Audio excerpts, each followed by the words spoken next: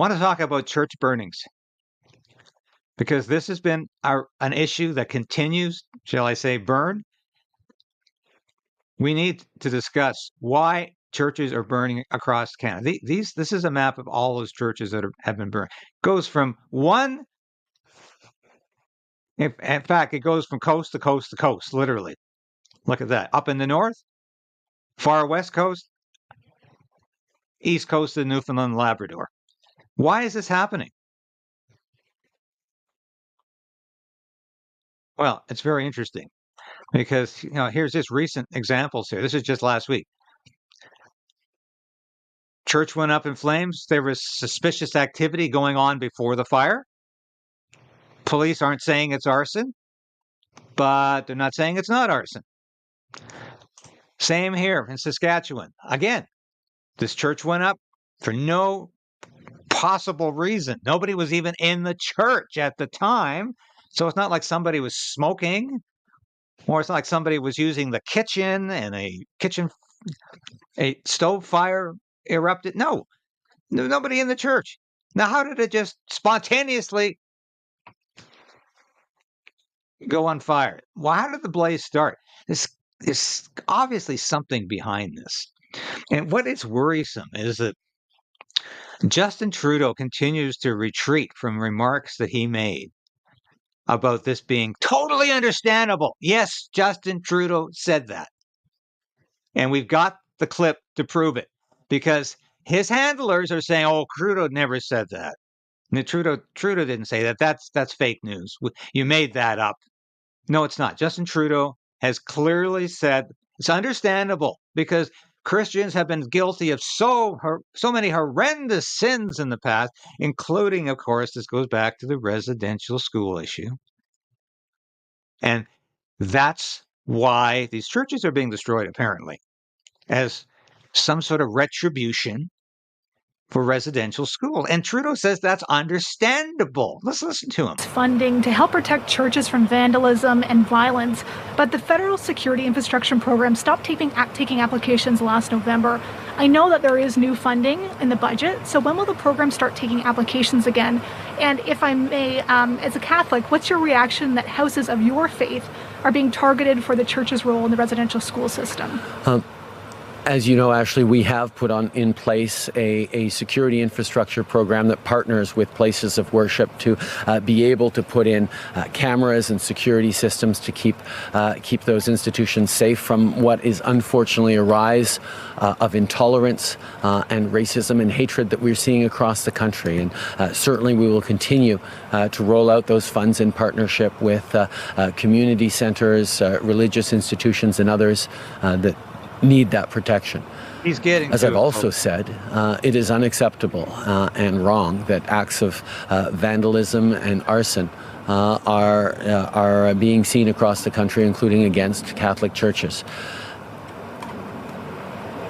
One of my reflections is I understand the anger that's out there against the federal government, against institutions like the Catholic Church. It is real and it is fully understandable given the shameful history that we're all becoming more and more aware of and engaging ourselves to do better as Canadians.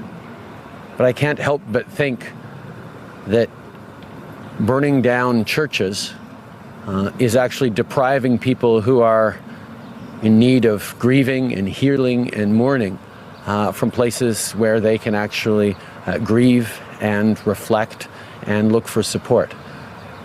We shouldn't be lashing out at buildings that can provide solace to some of our fellow citizens, but we should be every day committing ourselves, each and every one of us, to the hard work we need to do to actually rebuild a path forward that reflects the terrible intergenerational trauma and present-day realities of suffering that we are all collectively responsible for.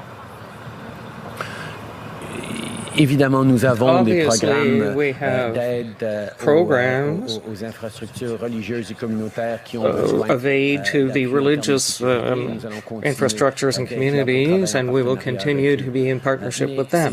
But it's certain that, as I've already said,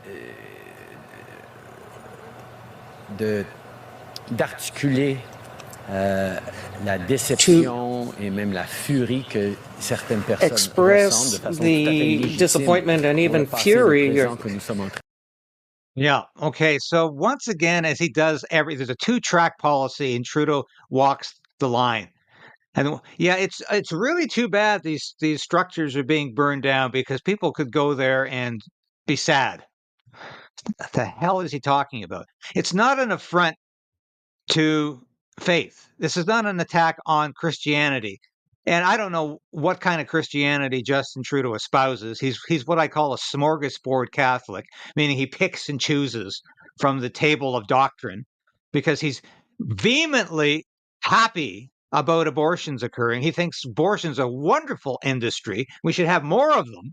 And it's intrinsic to Canadian identity. It's integral to Canadian democracy. Having abortions is wonderful. And that's somehow at odds with his Catholic faith, is it not? But Justin Trudeau doesn't care. He has no real faith. It's quite obvious. And his argument here is that it's understandable that people are burning these churches down because these Christians have been so wicked. And this, of course, is unacceptable. But that's what we've come to expect. Don't drink the Kool-Aid, folks. Don't listen to Justin Trudeau. We need this kind of attitude in Canada right now, because let me tell you, Justin Trudeau will fight tooth and nail to stay as leader of the Liberal Party and as Prime Minister of Canada, and he will use every trick in the Liberal handbook to do that. So we have to be vigilant, and we have to have perseverance to fight this battle to the end. As I've been saying since this station went on the air, we need to resolve to resist. And we need to fight for our free speech and our democratic rights to say what we believe, to speak, as John Diefenbaker said. And don't forget that t-shirt that's available out there in the store. I speak as a free Canadian, free to speak, free to believe in what I choose. And Justin Trudeau is not going to interfere with that. Thanks for being a part of the KRAYDEN'S Right resistance, and we'll see you again soon. So we are in a very precarious position in this country. We need a political change, but we also need to resolve to resist.